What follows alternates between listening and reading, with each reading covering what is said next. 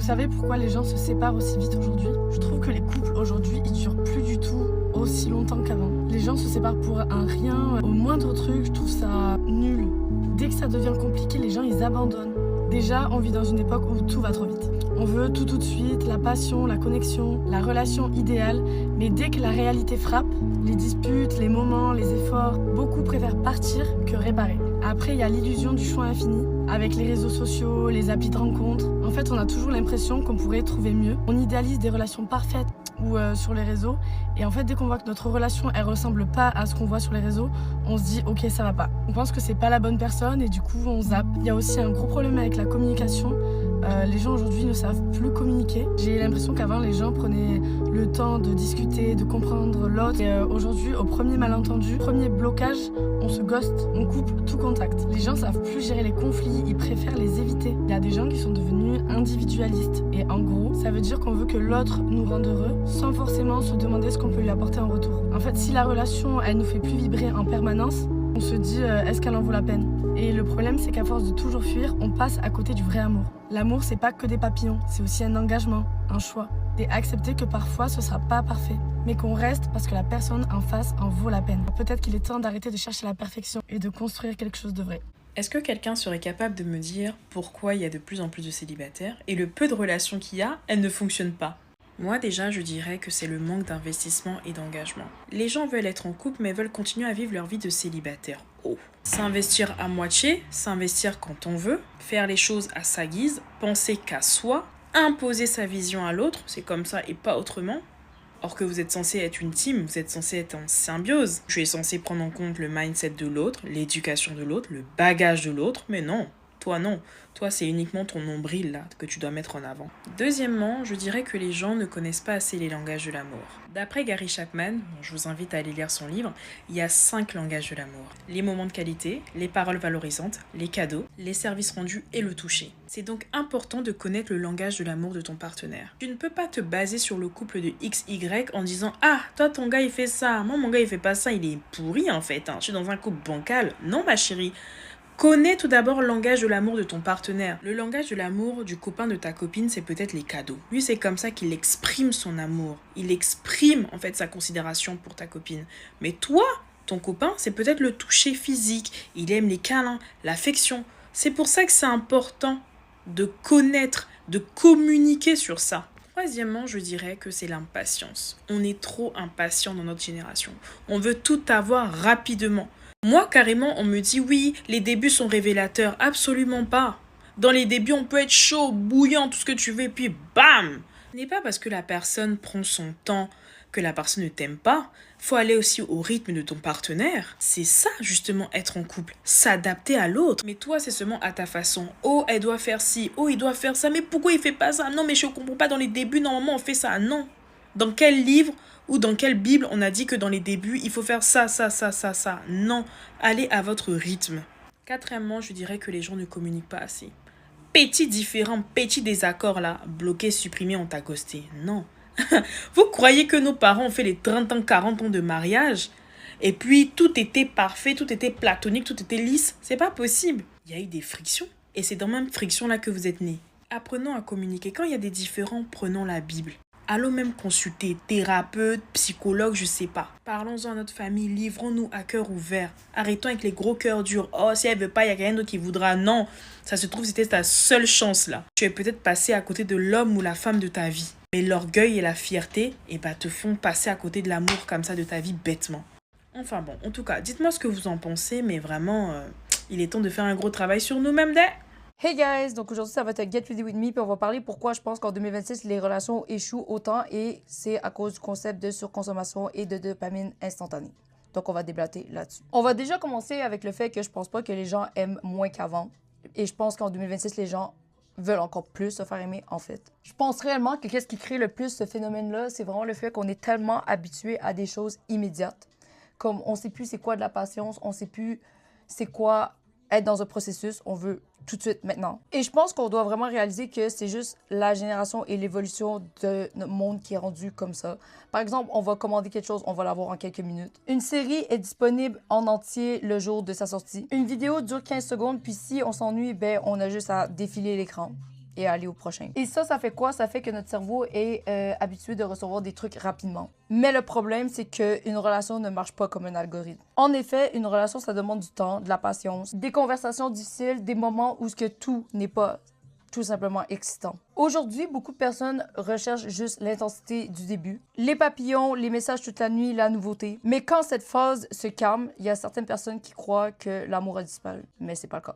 Mais en réalité, c'est vraiment juste que la passion évolue. Elle laisse progressivement de la place pour des choses plus stables, la confiance, la complicité et l'engagement. Donc là, deuxième thème, la surconsommation. Que ce soit sur les réseaux sociaux ou sur les applications de rencontres, ça te donne vraiment une impression d'options infinies puis qu'il y a tout le temps meilleur, qu'il y aura toujours quelqu'un mieux à portée de main. Plus beau, plus riche, plus drôle, plus intéressant. Et ça crée inconsciemment ou consciemment qu'il y a toujours une meilleure option. Et ce qui fait que des fois, on investit moins dans ce qu'on a déjà. Puis le problème là-dedans, c'est pas le fait qu'il y ait des options puis qu'il y ait des possibilités qui est mauvais. C'est le fait que l'illusion de choix infini peut faire que tu as envie de repartir à zéro au moins d'obstacles. Et c'est pas comme ça que la vie fonctionne, guys. Et ça rajoute un autre phénomène qui est le fait qu'on confond souvent l'amour avec une stimulation permanente. Et ça, je pense que c'est beaucoup pour les gosses surtout. Je veux en venir au fait que si l'intensité de la relation du début n'est plus là, on a l'impression que la relation fonctionne plus. Il y a une chose vraiment importante, guys, que vous devez comprendre, c'est qu'une relation durable, il n'est pas censé tout le temps avoir une montée d'adrénaline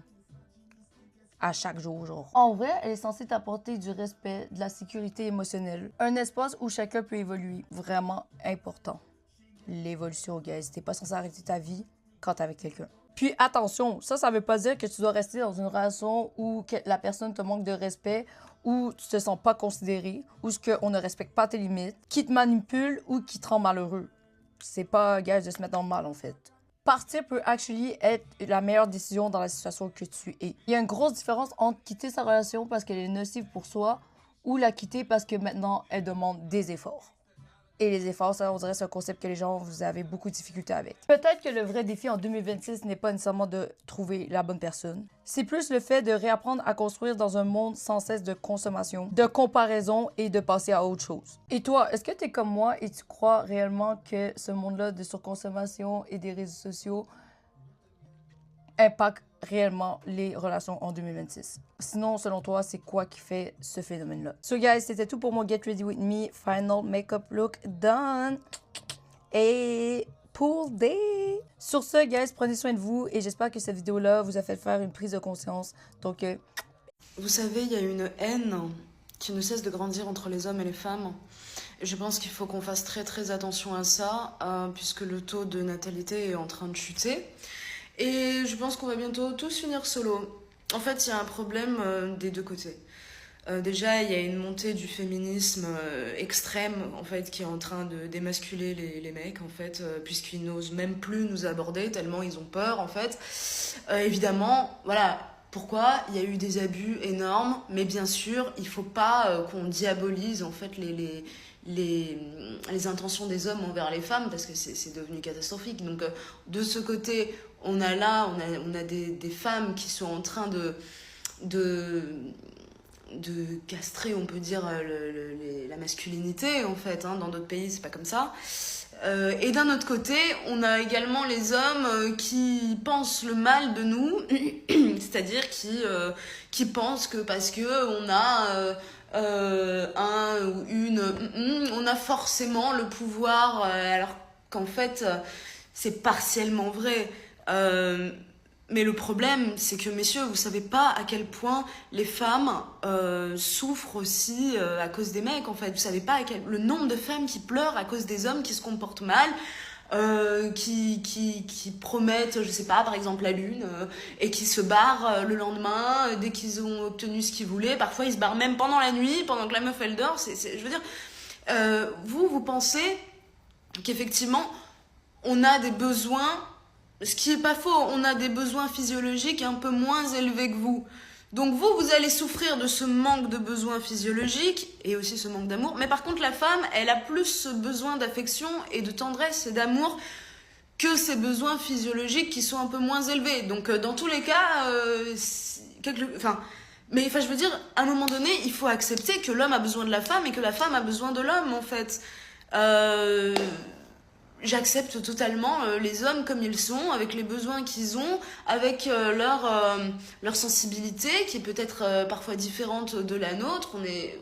On est très différents, l'homme et la femme, mais on a clairement besoin de l'un et l'autre. Et je pense que c'est devenu catastrophique, notamment aussi avec le choix que les femmes ont, c'est-à-dire que effectivement, je suis obligée de reconnaître que nous, les femmes, on a un choix énorme en fait, notamment grâce ou à cause des réseaux sociaux, des applis qui sont en train de pourrir les relations humaines. En fait, c'est vraiment le côté magazine, je te prends, je te jette, je consomme et tout. Bon, mais je veux dire, les hommes, quand vous avez une femme aussi, vous faites aussi beaucoup de conneries. Hein. Anyway, donc en fait c'est en train de devenir catastrophique parce que les hommes aussi pensent parfois à tort puisqu'ils ont peur. Ils voient par exemple une nana sur les réseaux sociaux qui font des stories, ils vont penser qu'elle est superficielle. Alors personnellement ça m'est déjà arrivé puisque je suis active sur les réseaux sociaux. J'ai déjà des hommes que j'ai rencontrés qui m'ont dit ah mais c'est bizarre, j'étais persuadée que t'étais vachement superficielle. Mais les amis, effectivement il y a des cas comme ça, mais il faut pas en faire une généralité. C'est pas parce que t'es sur les réseaux que t'es forcément superficielle, que t'as forcément un goût pour tes 50 DM qui arrivent dans ta boîte de réception. Je veux dire, personnellement, j'en ai rien à secouer. J'ai pas du tout ce côté collectionnomie où je vais, comment dirais-je, utiliser des hommes et les collectionner. Je suis pas du tout comme ça. Par contre, il faut vraiment qu'on se réconcilie et qu'on retrouve et qu'on retourne à des valeurs conventionnelles, un peu plus conservatrices, je dirais, en se disant que l'homme a besoin de la femme et la femme a besoin de l'homme. Arrêtez cette guerre stupide, franchement, on va tous finir par couler. Donc arrêtez le féminisme à l'extrême en fait, qui font peur aux mecs, et vous les hommes arrêtez d'avoir la haine contre nous parce que vous pensez qu'on a un pouvoir phénoménal, parce qu'on a 50 mecs qui nous courent après. Ça veut pas dire que c'est... Voilà, surtout ça veut pas dire que c'est des hommes bien, vous voyez ce que je veux dire? Donc vous voyez que, ouais, les femmes ont 50 mecs qui leur courent après. Mais si vous saviez le nombre de femmes qui pleurent, honnêtement, le nombre de femmes qui tombent sur des cons, ils sont peut-être 50, mais il y en a pas beaucoup des mecs bien. Moi j'ai des copines qui pleurent, qui m'appellent en pleurant parce que elles tombent sur des cons, elles donnent tout parce qu'elles ont besoin aussi. Les femmes ont besoin de cette tendresse, d'affection dont je vous ai parlé au début de la vidéo. Donc elles ont ce manque en fait affectif. Elles vont aller voir des mecs et elles vont tout leur donner d'un coup, tout de suite. Parce qu'elles sont tellement en manque d'amour et addictes à l'amour qu'elles vont tout donner. Le mec, il va les utiliser, il va les prendre pour des cruches. Et voilà, donc le tort, il est des deux côtés. On peut pas juste dire, ouais, les femmes, les hommes, c'est gna. C'est pas possible. C'est pas possible, en fait. On est tous dans la même merde, homme ou femme. Donc ça sert à rien d'entretenir cette haine. Moi, je pense vraiment qu'il faut considérer le fait qu'on a besoin du sexe opposé, quoi. Parce que c'est la nature, les gars, quoi. Enfin,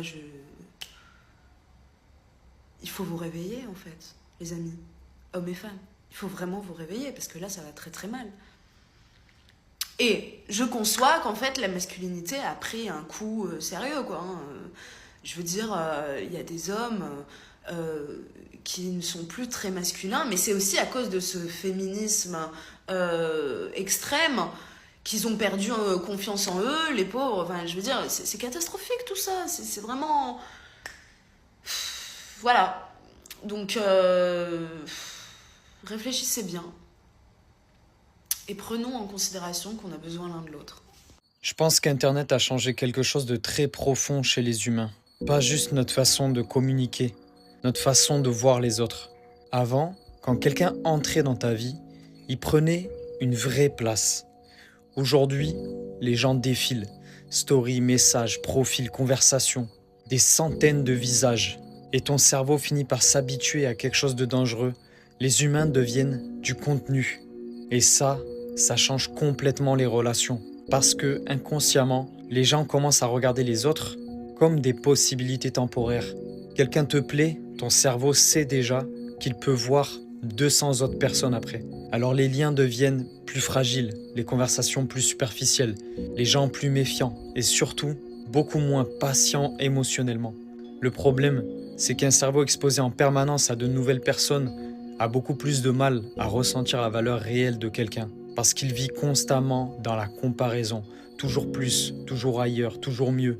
Et peut-être que le vrai impact des réseaux sociaux, c'est pas qu'ils nous ont éloignés physiquement, c'est qu'ils ont rendu les gens émotionnellement remplaçables. À force de voir trop de monde, beaucoup de gens ne savent plus voir profondément quelqu'un.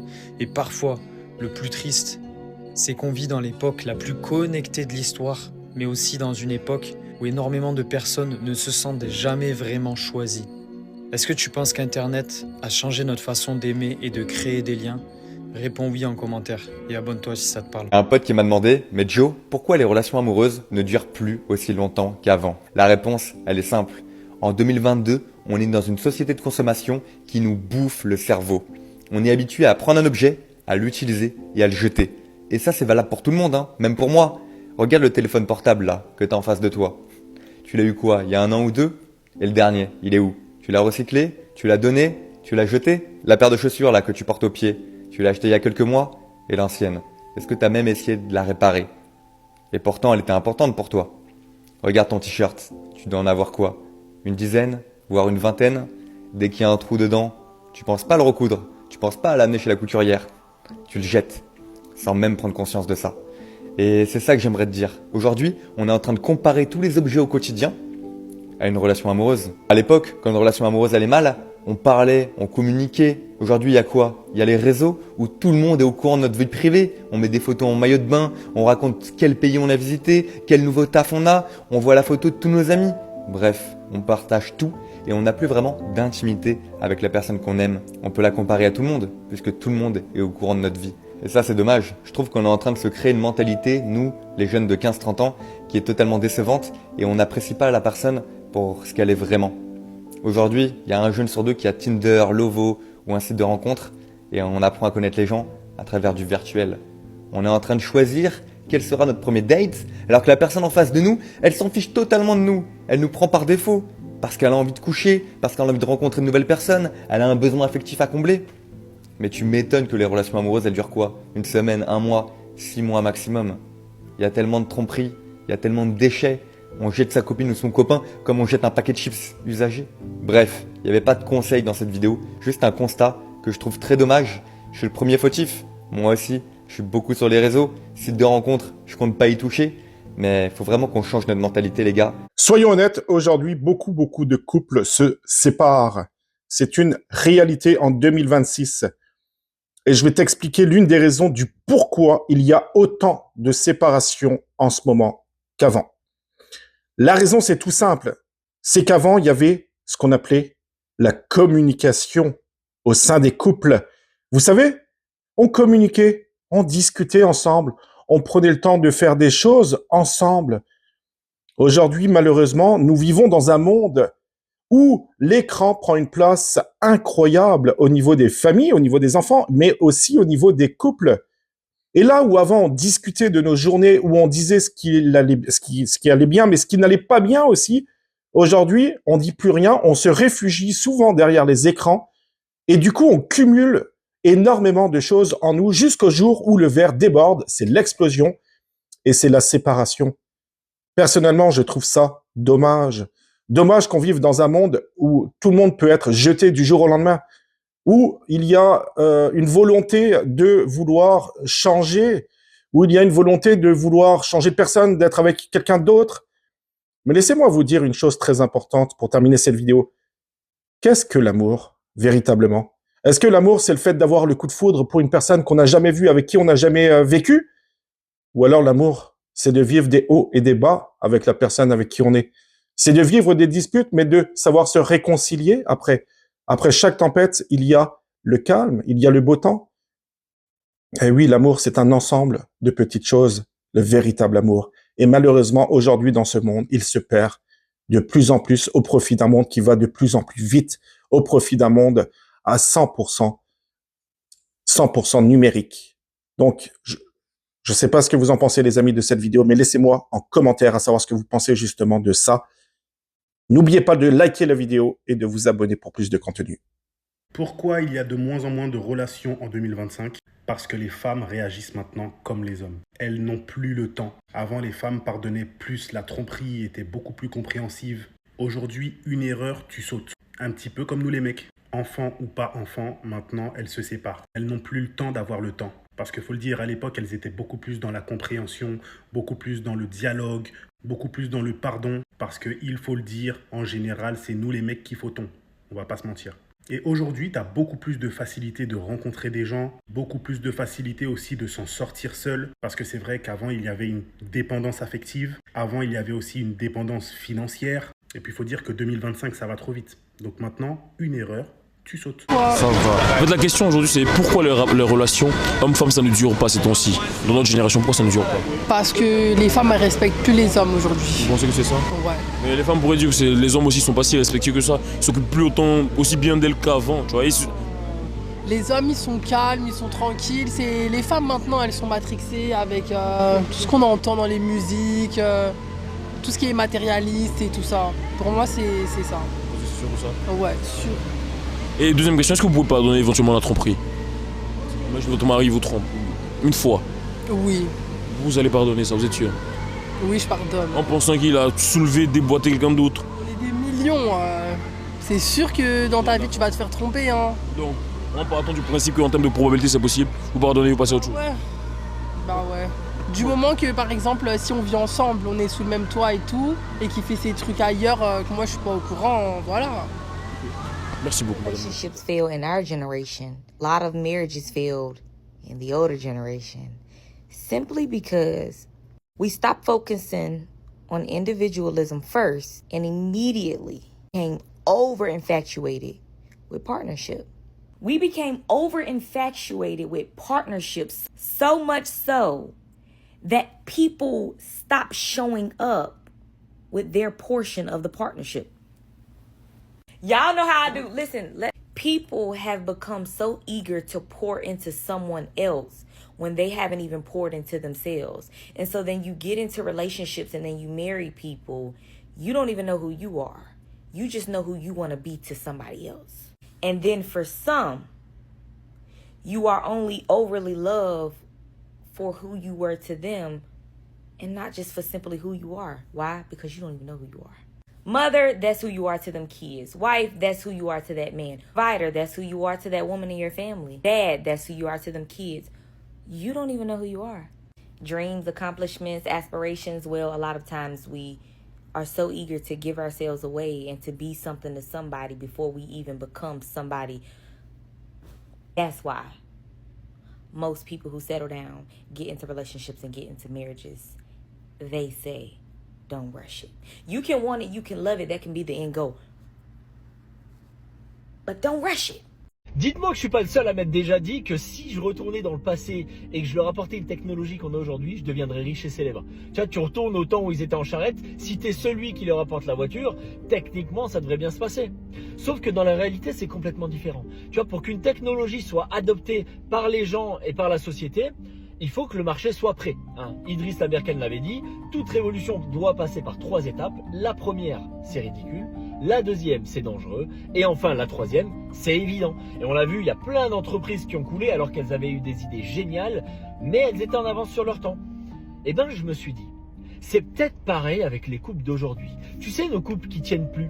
Eh ben, c'est peut-être parce qu'à l'époque, on se posait pas de questions sur qui a quel rôle et qui fait quoi. Parce que c'est la nature qui nous avait apporté ça. C'est la nature qui avait dit, bon, t'es un homme, t'es physiquement fort, tu sors et tu subviens aux besoins de la famille. T'es une femme, t'es douce, et ben tu t'occupes du foyer.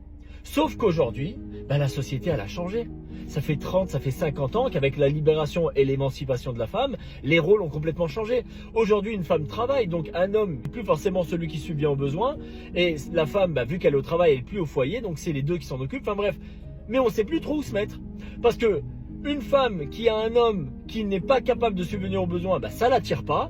Et l'homme qui a une femme qui n'est pas capable de s'occuper d'un foyer, ça tente à pas l'attirer non plus.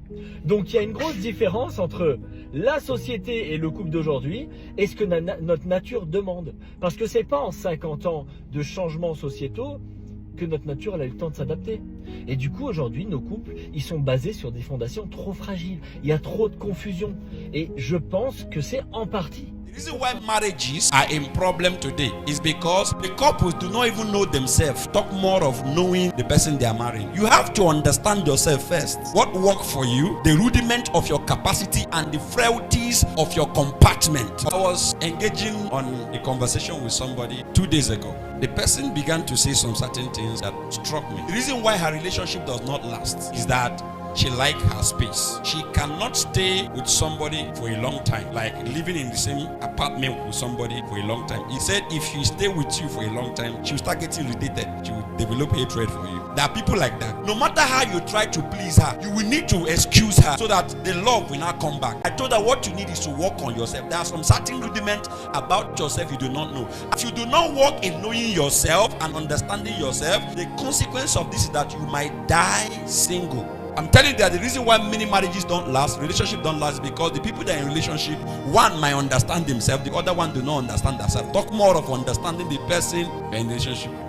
You do not have the ability to comprehend others' behavior if you don't even understand yourself particularly. Find out your weaknesses. Find out what makes for your downfall. If you do not know your weaknesses, you do not know what will make for your downfall, Satan can know it before you and will strike you. The Bible said, examine yourself. If you do not know you from the context of the scripture, consequences is that you might be exposed to the destructions of the enemy. Because Satan knows man more than man knows himself. That was why he was able to make man fall. He knew where to touch for Adam to fall. Because he understood that there are three things that is in the world: the loss of the flesh, the loss of the eyes, and the pride of life. And that was what he used to bring down Eve. Eve saw that the fruit was good for food, loss of the eyes. He desired it for a food, loss of the flesh, and is able to make one wise, pride of life.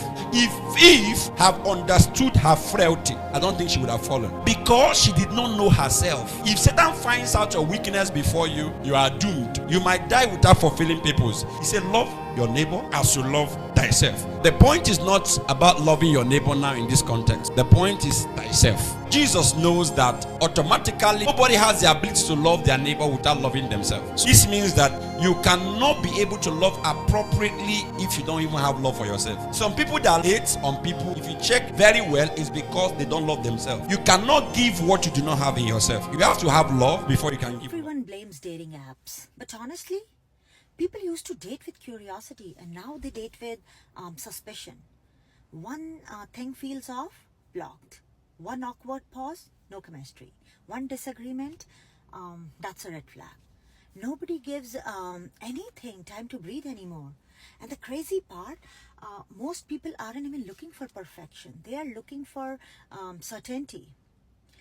But real connection has always been awkward at first. That's literally how strangers become important to you. Dating got hard because people stopped discovering each other and started evaluating each other. So stop interviewing people and start experiencing them. Les relations d'aujourd'hui ne durent plus parce que la sincérité et l'honnêteté sont devenus des mots que les gens ne connaissent plus. Ils ont été remplacés par le profit, l'intérêt et la manipulation. Si nos relations modernes ne durent plus, selon moi, c'est parce que nous sommes de plus en plus impatients.